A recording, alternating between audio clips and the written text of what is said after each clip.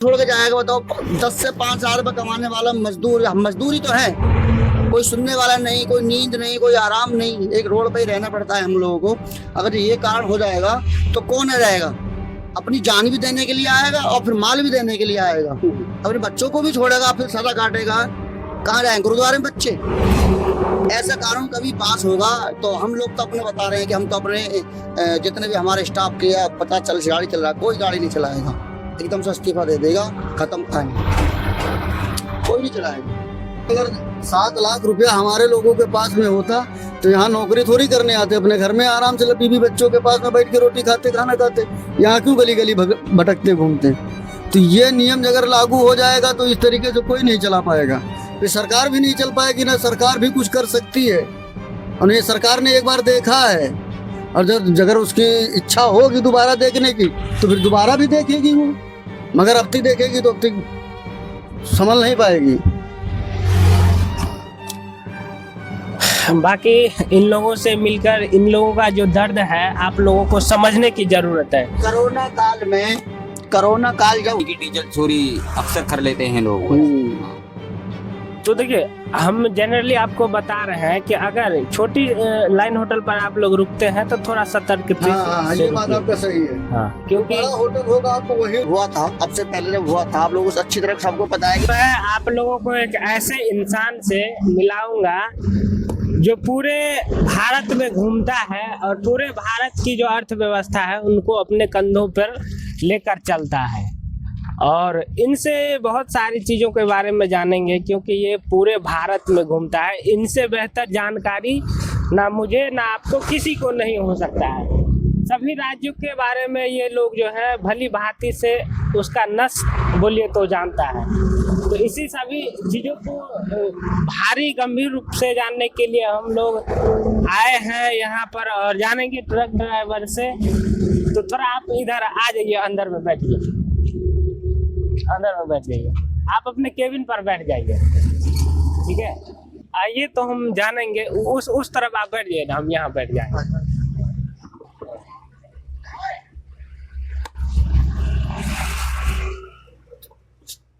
आइए, आ जाओ। तो अभी मैं जानेंगे, आपका नाम क्या है सर? हमारा नाम है कमल राजपूत। कमल राजपूत। कहाँ से हैं आप? अब हम ये जिला उन्नाव, जिला उन्नाव। नखलऊ के आगे। अच्छा, नखलऊ, पहले नखलऊ पड़ेगा, फिर पड़ेगा उन्नाव, फिर पड़ेगा कानपुर। अच्छा, देखिए, बिहार में बहुत सारे जो विवाद होता है, चाहे भाषा को लेकर हो, चाहे यहाँ का जो सड़क कनेक्टिविटी हो, बहुत सारे चीज़ों के बारे में हम आपको जानेंगे कि आप बहुत सारे राज्यों में घूमते होंगे, आप देखते होंगे कि महाराष्ट्र में किस प्रकार से वहाँ का डेवलपमेंट है और राजस्थान में किस प्रकार से वहाँ डेवलपमेंट है, चाहे सड़क हो चाहे इंफ्रास्ट्रक्चर, बहुत सारी चीजें। तो बिहार में आपको कैसा लग रहा है? नहीं, तब तो पहले से बहुत ज़्यादा सुविधाएं ठीक हैं, क्योंकि रोड पहले ऐसा नहीं था। अच्छा, अब वैसा काम भी नहीं है कि रात में भी आप चल सकते हो, कोई प्रॉब्लम नहीं है उतनी ज़्यादा। कुछ जगहें हैं ऐसी कि जहाँ ड्राइवर नहीं गाड़ी रोकते हैं, मगर अब उतनी ज़्यादा पहले से प्रॉब्लम नहीं है कि पहले जैसे। अब यही रोड था पहले, दरभंगा का रोड था, सिंगल था। हाँ। अच्छा, आप बिहार कितने दिनों से आते हैं? बिहार तो हम शुरू से आते, कंडक्टरी से लेकर ड्राइवरी तक, जब यस गाड़ी चलता था। अच्छा, कितना मतलब फर्स्ट टाइम आप बिहार कब आए थे? फर्स्ट टाइम आए थे तब हम स्कूल छोड़ के आए थे तब। अच्छा, स्कूल छोड़ के वही हमारी उम्र होगी 12 या 13-14 साल की उम्र होगी, तब मैं छोड़ के आया था स्कूल से। अच्छा, तो यूपी में आपका जो गृह राज्य है यूपी, तो वहाँ पर आपको एक बहुत ही खूबसूरत रोड देखने को मिलेगा।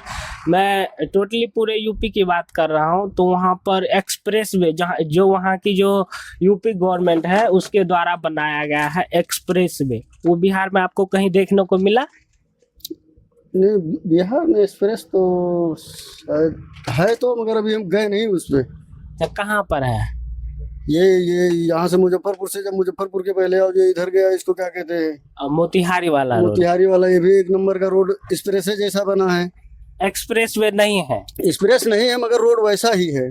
देखिए एक्सप्रेस वे में होता है क्या कि एक्सेस कंट्रोल होता है, वहां पर जो है आप डायरेक्टली उस रोड पर एंट्री नहीं कर सकते हैं। उस रोड पे चलने के लिए आपको टूल कटाना पड़ेगा और फिर जब आप नीचे जाएंगे तो फिर आपको टूल कटाना पड़ेगा। एक्सप्रेस का ये मतलब होता है। जी सही बात है।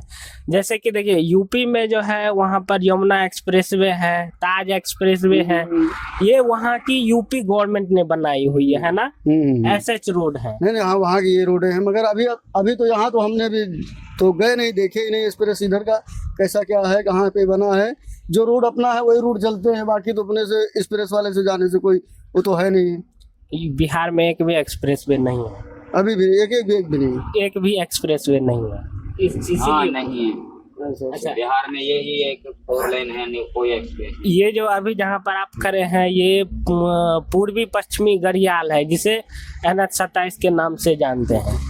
ये जो है सिलचर से पोरबंदर तक को ये रोड कनेक्ट करता है, आसाम से गुजरात तक को। हाँ, अब जैसे हम मुजफ्फरपुर से चलते हैं तो अब हम लोग यहाँ से जाएंगे अररिया। अररिया से हम लोग टर्न मार देंगे इधर को सिल्लीगुड़ी के लिए। उधर भी रोड सही बन गया है, 1 नंबर रोड बन गया है। अब यहाँ से यहाँ तक लेके रोड सही है, अब बाकी तो कोई प्रॉब्लम है नहीं। उस हिसाब से पहले की जैसे पहले जितनी प्रॉब्लमें थी अब उतनी नहीं प्रॉब्लम है।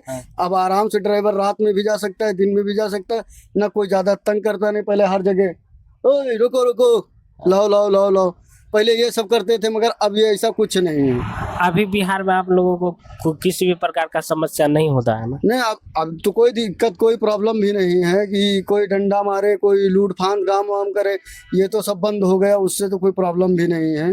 बाकी पहले पुलिस वाला भी तंग करता था, अब तो वो भी कोई नहीं। जब तुम गलत करोगे तो तुमको भाई रोका जाएगा, बोला जाएगा कि तुमने ऐसा किया है। मैं आप लोगों को बता दूं कि ये एक ट्रक ड्राइवर ही होते हैं जो पूरे देश की अर्थव्यवस्था चलाते हैं, और इनको कहीं ना कहीं प्रताड़ित किया जाता है, पैसे मांगे जाते हैं, अवैध वसूली किया जाता है। आपको सड़कों पे कहीं मतलब होटल ढाबे पर आप रुकते हैं तो वहाँ पर किसी प्रकार का समस्या नहीं होता है ना, जैसे सामान चोरी हो गया बिहार में? नहीं, अब नहीं, होटलों में ऐसा कुछ नहीं। वहाँ गाड़ी खड़ी करिए, उनके चौकीदार 2-2 3 दिन रहते हैं। अभी मैं मुजफ्फरपुर के पहले 20 किलोमीटर पहले वो होटल नहीं है वहाँ पे, सरदार जी का। हाँ, वहाँ खड़ी किया आराम से जाके, वही 12-1 बजे गाड़ी लगा दिया, आराम से सुबह उठे, 2 चाय, एक चाय दोनों लोगों ने मारी, 20 रुपया दिया चौकीदार को, आराम से चले आए। हमारी भी हिफाजत, हमारी गाड़ी की भी। इधर से मुजफ्फरपुर से इधर जो मतलब प्रॉब्लम है, यानी कि डीजल चोरी अक्सर कर लेते हैं लोग। तो देखिए हम जनरली आपको बता रहे हैं कि अगर छोटी लाइन होटल पर आप लोग रुकते हैं तो थोड़ा सतर्क से ये बात आपका सही है। क्योंकि बड़ा होटल होगा आपको वहीं रुकना चाहिए, छोटी होटल में रात में नहीं रुकना चाहिए। क्योंकि बहुत बार हम लोगों ने देखा कि वहाँ के जो होटल का स्टाफ होता है वही लोग अक्सर चोरियां करवाता है ना। अच्छा, तो बिहार में जो है आप बहुत सारे जिले डिस्ट्रिक्ट घूमे होंगे हैं, तो सबसे बेहतर आपको कौन सा जिला लगा? जिला तो वैसे तो भाई सब हमको सही लगता है। वैसे तो जैसे ये हुआ यार, इसको क्या कहते हैं, अरे यार इसको क्या कहते हैं, शिवपुरी से जाया जाता है, बेतिया इलाका 1 नंबर है। जैसे अपना मुजफ्फरपुर चले जाओ, दरभंगा चले जाओ, और इधर इसको क्या कहते हैं, घोड़दौड़ कहाँ पड़ती मंडी यार, पिपरा कोठी से जाना पड़ता है। पिपरा कोठी से जब उधर घूमो ना, हाँ, पिपरा कोठी से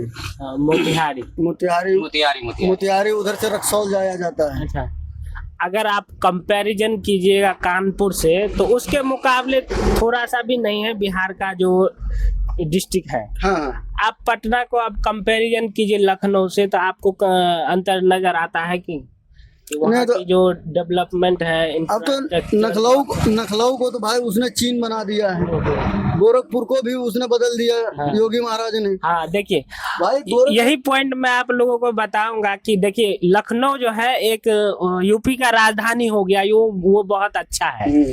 एक गोरखपुर है जो वहाँ का जो आम जिला है ना, वो आप पटना को कंपैरिजन नहीं कर सकते हैं यूपी गोरखपुर से। नहीं।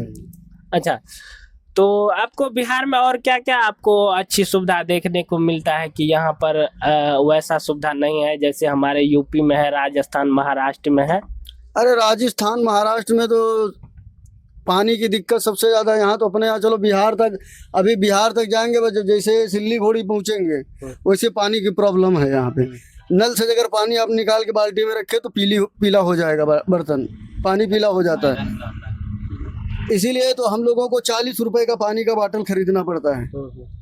अच्छा, और सबसे जरूरी बात जो है, अभी जहाँ पर आप खड़े हैं वहाँ पर मैथिल बोला जाता है। आप अभी जो जहाँ पर है ना वो मिथिलांचल एरिया में है। अच्छा। तो आप लोगों को कभी किसी ने बोला कि तुम मैथिली बोलो तो तभी मैं तुमको सामान दूंगा या फिर यहाँ पर सरवाइव करने दूंगा बोल के किसी नहीं, ये भाषा के दौर पे कोई किसी ने आज तक हमसे, अभी तक इतनी बड़ी उम्र हो गई है आते हुए, कंडक्टर से लेकर ड्राइवरी तक हमारी हो गई, मगर इधर हमसे कोई ये नहीं बोला भाषा के बारे में कि ऐसा वैसा। भाषा के बारे में किसी ने कुछ नहीं हमसे कहा। अच्छा, आप महाराष्ट्र गए हैं? अच्छा, महाराष्ट्र में कैसा एक्सपीरियंस लगा आपको? महाराष्ट्र में भी ठीक है, मगर वहाँ का आदमी थोड़ा बहुत टेढ़ा रहता है। टेढ़ा रहता है।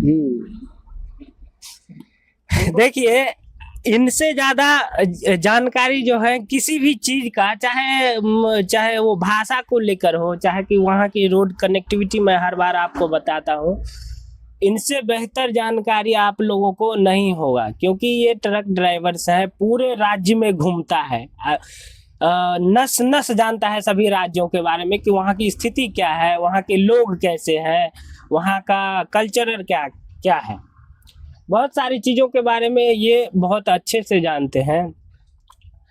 तो मतलब यूपी में तो आपको बहुत अच्छा सब कुछ देखने को मिला है, मगर बिहार में जो है, बिहारी जो कहीं जाता है ना तो बिहारी को गाली दिया जाता है। वो जो गाली देते हैं वो दिमाग के पैदल होते हैं, उनके पास दिमाग नहीं होता है। उनको ये नहीं समझ में आता कि ये भी इंसान है। ठीक है, वो बिहारी है, आप यूपी के हो, हम गोरखपुर के रहे, हम महाराष्ट्री हैं, हम तेलंगाना हैं, हम पटना हैं, हम बंगाल हैं। गलत भी गुरु जी। तो इंसान की नज़रों से देखोगे तब समझ में आएगा। भाई भाषा में क्या रखा है? भाषा तो सबको, हिंदी तो बोलना ही पड़ेगा। हिंदी नहीं बोलोगे तो फिर क्या बोलोगे? बिहारी किसी भी राज्य जाता है ना तो उनको गाली दिया जाता है, माँ बहन की गाली सुनना पड़ता है। भाई हमारे राज्य, हमारे उन्नाव जिले में नहीं दिया जाता। हमारे यहाँ कम से कम नहीं तो उन्नाव जिले में इतना बिहारी होगा, इतना नेपाली होगा कि शायद किसी भी डिस्ट्रिक्ट होगा अपने, हमारे कानपुर से उन्नाव लखनऊ में लेके जितना होगा। और आपके बिहार का ही आदमी हमारे यहाँ उन्नाव जिले में दिखाते चल के आप कहोगे ये बिहार के रहने वाले हैं। 3-3 खंड का बिल्डिंग बना है, बाप दादाओं से वही काम कर रहे हैं। भाषा को लेकर जो है ना, बिहारी महाराष्ट्र में जाता है, पंजाब में जाता है, वो उनको गाली दिया जाता है। उसको क्या कहते हैं, उसका क्या नाम है महाराष्ट्र में? उसकी गांड में ज्यादा खुजली होती है ना तो उसके है, बाकी तो किसी के खुजली तो नहीं है। ये आप दिल से बता रहे हैं ना? ये मैं दिल से बता रहा हूँ। अगर बिहारी अगर नहीं जाएगा, पल्लेदारी नहीं करेगा तो कौन वहाँ का, बम्बई का कौन उठाएगा पल्लेदारी में? कोई बोझा उठा पाएगा 1 कुंटल का? कांधे पे रख पाएगा? गांड से हवा निकल जाएगी। सही बात, ये बहुत बड़ी बात बता रहे हैं। अगर बिहारी नहीं जाएगा किसी राज्य तो उन लोगों का दाना पानी बंद हो जाएगा, है ना? हाँ, ऐसे ही भाई पल्लेदारी में सबसे ज्यादा बिहारी आता है। पहले मेहनत करता है, चोरी नहीं करता, वो मेहनत करता है, अपनी मेहनत का लेता है। अब हमारे उन्नाव में सरदार जी खाद का ठेका लेते हैं, लखनऊ में है, उन्नाव में है, रायबरेली में है, सब जगह है। फिर भी उनके यहाँ काम करते हैं, कोई दिक्कत नहीं है। और कुछ अब उनका ठेकेदार वहीं कानपुर में रह के अपना घर बनवा लिया। और लेबर भी कुछ लोग अपना किस्त पे, प्लाट नहीं लिया जाता है कि महीने में किस्त आती रहेगी, आपका प्लाट हम 50,000 आपने जमा कर दिया, अब 25,000 रुपए महीने की किस्त हो गई, तो उसको जमा करने के बाद उनका प्लॉट उनके पास हो गया, अपना वो बनवा के अपना वहीं रहने लगे। अब हमारे उन्नाव जिले में जितने टायर वाले हैं सब बिहारी भाई हैं, और सब ने घर बना रखा है। पदम टंकी से लेके अपना जहाज मुंह पार करो, सब अपने बिहारी का, सब यहाँ से वहां तक। कानपुर में देख लो कितना बिहारी है, तो टायर वाला कहाँ से आएगा?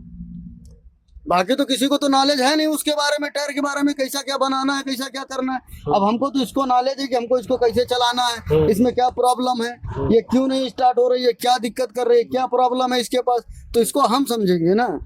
आपको नहीं लगता है कि बिहार जो है बाकी राज्यों से बहुत पीछे है? हाँ, पीछे है। तो पीछे तो है भाई, वो तो बनी बात है, पीछे है भाई। डेवलपमेंट यहाँ ये नहीं है कि कोई, अब जैसे गुजरात ले लो, धागा की फैक्ट्रियां हैं, सब फैक्ट्रियां। तो हमारा कहना यहाँ भी कुछ होना, बेरोजगारी ज्यादा है। बेरोजगारी ज्यादा है और यहाँ भी कुछ होना चाहिए। तो थोड़ा दो चार फैक्ट्रियां, अब जैसे मुजफ्फरपुर इलाका है, यहाँ 2-4 फैक्ट्रियां बड़ी बड़ी पड़ जाएं, 2-4 आगे पड़ जाएं, तो जो आदमी जो जाने वाला वहाँ नहीं है तो वो अपना कार्य काम यहाँ कर सकता है, उसका यहाँ हो सकता है। अच्छा देखिए, यूपी के गवर्नमेंट ने यूपी को इतने अच्छे तरीके से सजाया है कि वहाँ पर सड़कें बोलिए जैसे कि अमेरिका की सड़क है ना, वहाँ की सड़कों पे जो हम लोग जाते हैं तो लगता है कि नहीं अमेरिका की सड़कों पे घूम रहे हैं। वहाँ की जो रोड क्वालिटी है बहुत बढ़िया है। यूपी में तो ना ही समुद्र है जो जहाँ से मतलब बाहर विदेशों से जो है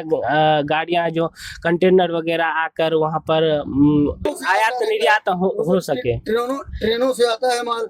अब जैसे गुजरात हुआ, अपना सूरत ले लो, गुजरात हुआ, भरूच ले लो, यहाँ बोर्ड है, यहाँ पानी वाले जहाजों से सब कुछ आता है।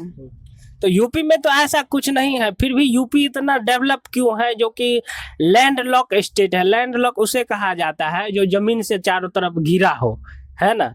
वैसा भी बिहार है, तो बिहार के गवर्नमेंट कह रहा है कि यहाँ पर फैक्ट्रियां नहीं लग सकता है। क्यों नहीं लग सकता है यार भाई? जमीन नहीं है कि इंसान नहीं है यहाँ?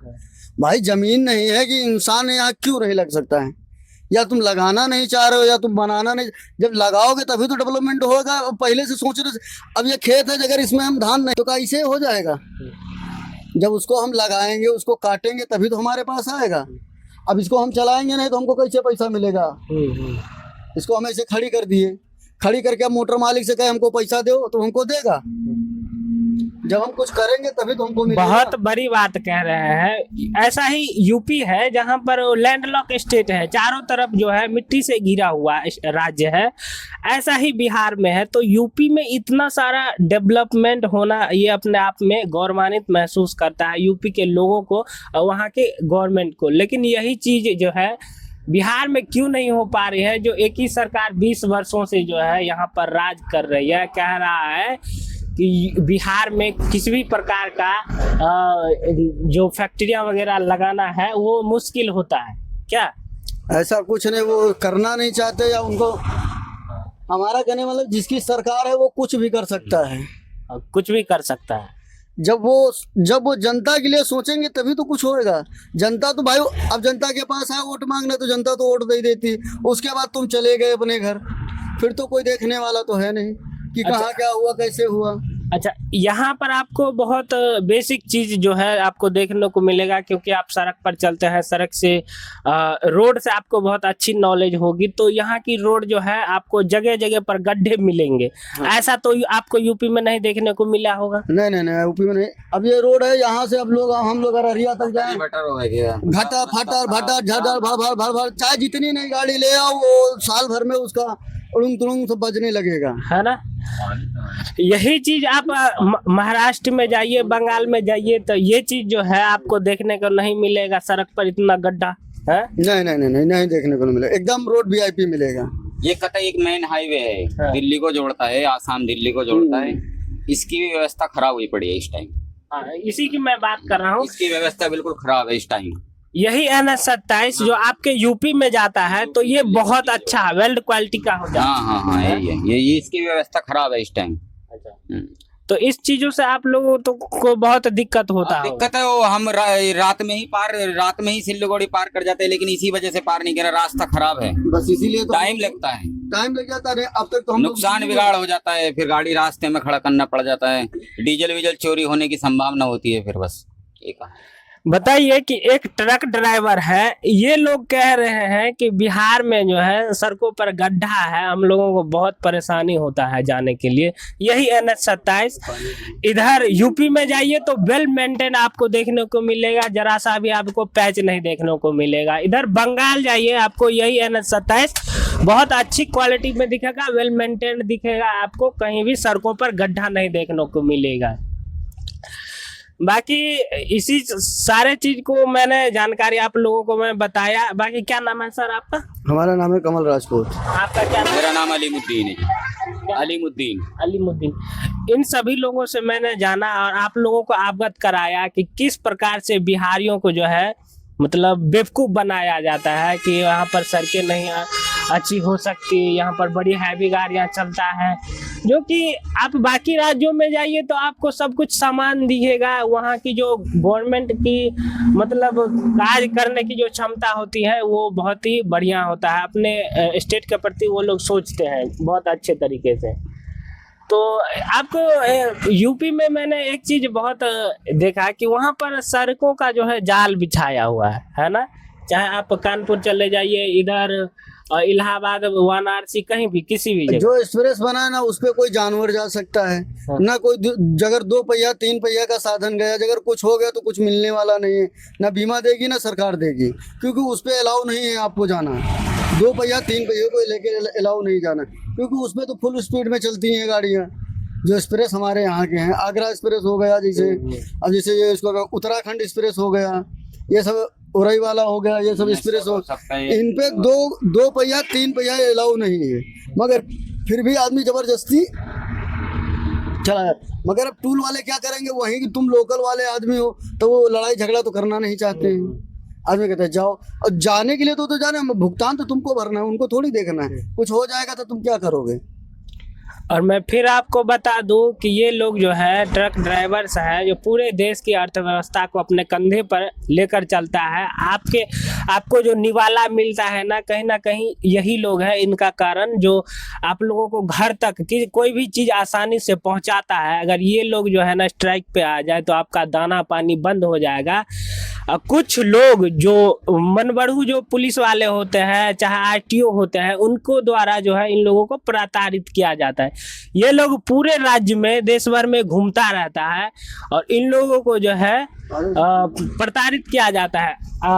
बिहार में आप लोगों को ऐसा कुछ नहीं ना देखने को मिलता है कि अगर आरटीओ हमको घेर लिया, पैसा अवैध वसूली कर रहा है, ऐसा तो नहीं कुछ ना। नहीं, वो कंटेनर गाड़ी को कोई दिक्कत नहीं होता है, ओपन गाड़ी को दिक्कत होता है थोड़ा सा। मतलब क्यों दिक्कत होता है? वो लोग आपसे क्यों अवैध वसूली करता है? वो तो वो ही जान सकते हैं क्यों अवैध वसूली करते हैं। उनसे कोई सवाल जवाब तो अधिकारी आदमी उनसे कह नहीं सकते ना इस बात को। नहीं सकते हैं। क्यों नहीं कह सकते हैं आप? अगर सवाल जवाब करोगे तो माँ बहन करवाओ, माँ बहन करवाने के बाद कहो पुलिस वाला आके डंडा मारने लगे तो क्या नहीं, करोगे? आपको पता है कि आप जो है ये आपके जैसा काम कोई नहीं कर सकता है। ये पूरे देशवासी को जो है पता होना चाहिए कि एक ट्रक ड्राइवर ही है जो हर घर में निवाला पहुंचाता है। पूरे देश से जो भी चीज उनको सुख सुविधा मिलता है, कहीं ना कहीं उसके पीछे एक ट्रक ड्राइवर है जो पूरे देशवासी को दाना पानी पहुंचाता है। अब अगर हम लोग अपना हाथ हटा लें और जाके अपने घर में बैठ जाएं तो सरकार भी हिल जाएगी और देश भी हिल जाएगा।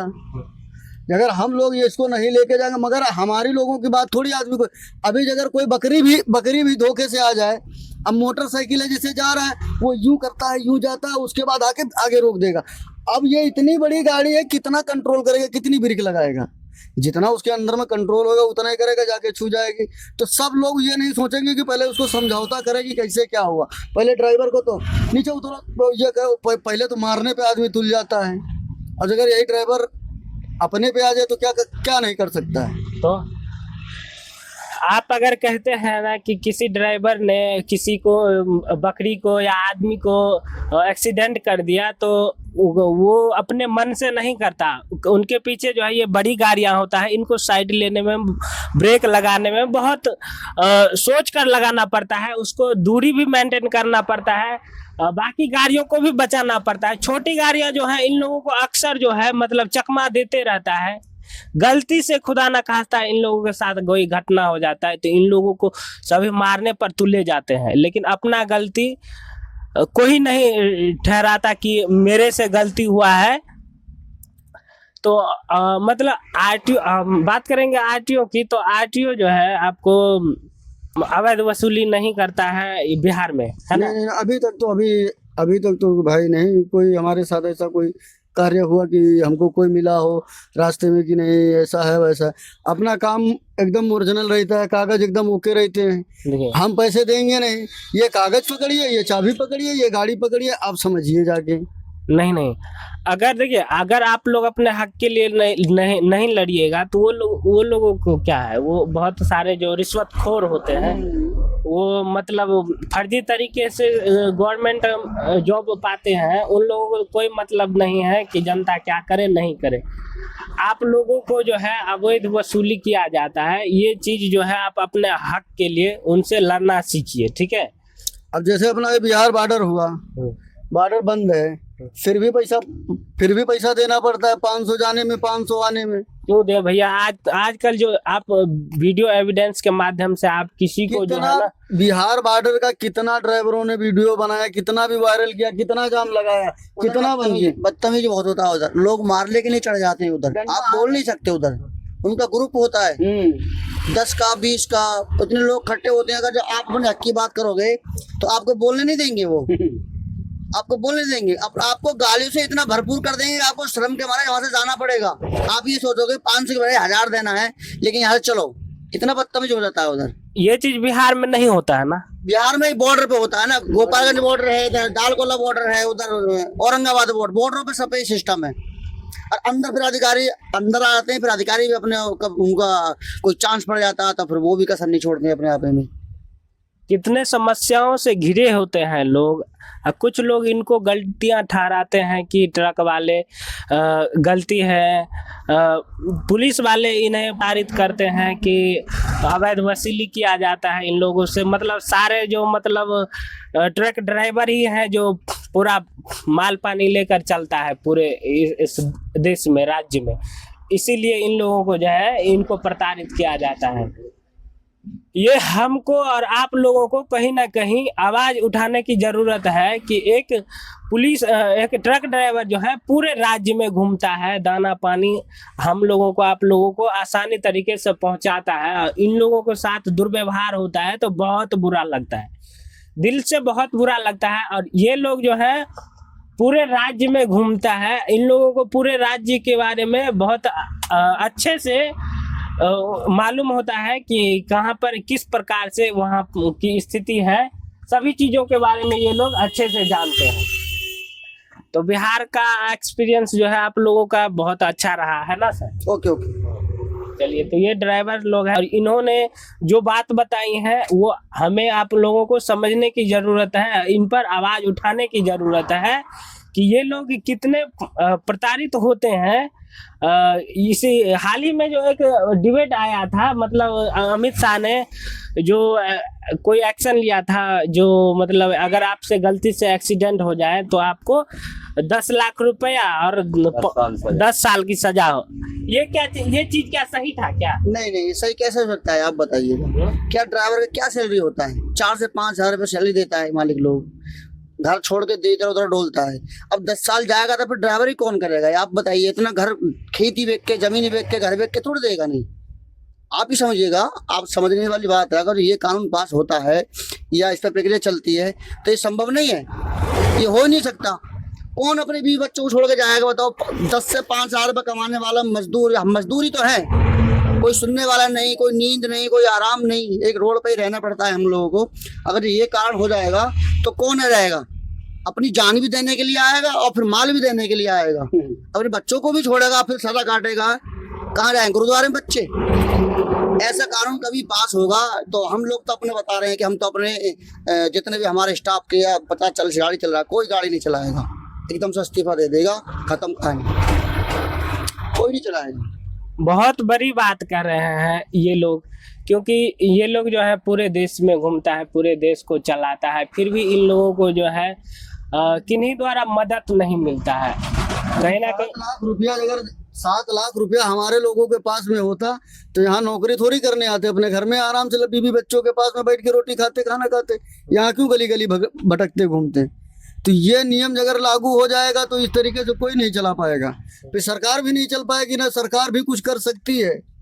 और ये सरकार ने एक बार देखा है, और जब अगर उसकी इच्छा होगी दोबारा देखने की तो फिर दोबारा भी देखेगी वो, मगर अब तक देखेगी तो अब तक संभल नहीं पाएगी।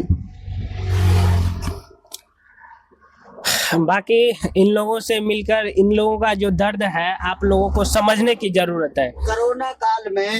कोरोना काल जब हुआ था, अब से पहले जब हुआ था, आप लोगों को अच्छी तरह सबको पता है कि सब लोग अपने अपने घरों में बंद थे।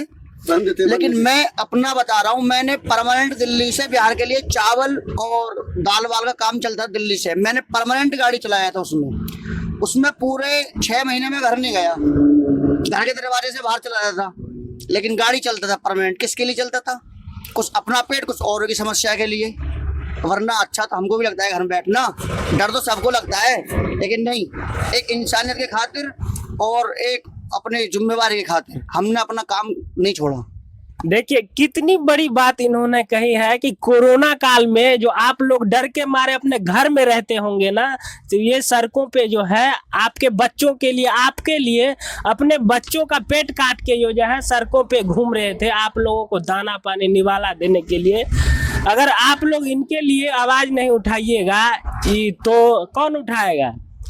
ये जो सब कुछ जो मिलता है आप लोगों को किसी भी तरीके से आसानी से जो मिल जाता है आप लोगों को, तो थोड़ा आपको भी फर्ज बनता है कि इनको लिए जो है पूरे लॉकडाउन में साले प्याज धोते इनके लिए जो है आवाज उठाइए। अगर इनके साथ कहीं गलत होता है तो प्लीज इनको लिए आवाज उठाइए। ये पूरे देश में घूमता है, इन लोगों को समस्या हम लोग आप लोग नहीं समझेंगे तो कौन समझेगा? एक जो पैसे वाले अधिकारी होते हैं उनके पास बहुत पैसा होता है, फिर भी पैसे लेने के लिए वो जो है किस हद तक वो लोग गिर जाते हैं। इन लोगों को कितना कुछ झेलना पड़ता है, अपने बीवी बच्चों को छोड़कर, परिवार को छोड़कर पूरे राज्य में महीनों महीनों घूमता है, इन्हें कोई देखने वाला नहीं होता है। तो मिथिला में आपका स्वागत है सर। ये जो है ये मिथिलांचल वाला एरिया है, तो आपको मिथिला में मतलब कोई ऐसा नहीं बोला होगा कि यहाँ पर मैथिली बोलो? नहीं, कोई कुछ नहीं, कोई नहीं। समस्या होती है वो बाहर से बॉर्डरों पे बॉर्डर पे होती है, बाकी कोई समस्या अंदर नहीं। कोई समस्या नहीं होती। हम तो ये चाहते हैं, हमारा कौन है? कोई नहीं है रोड पे, जहाँ हम जाते हैं वही हमारा है। बस जिस स्टेट में हम जाते हैं वो स्टेट हमारा है, जिस जगह पे हम जाते हैं वही हमारा है। वरना हम तो घर भी ऐसे जितना हम बाहर करते हैं। चलिए बहुत बहुत धन्यवाद। तो आपसे ड्राइवर साहब बहुत मिलके अच्छा लगा और आप लोगों के बारे में मैंने जाना। चलिए बहुत बहुत धन्यवाद सर आपका। Thank you. आपने हमारे बारे में कुछ डिस्कस करा वो भी अच्छी लगी।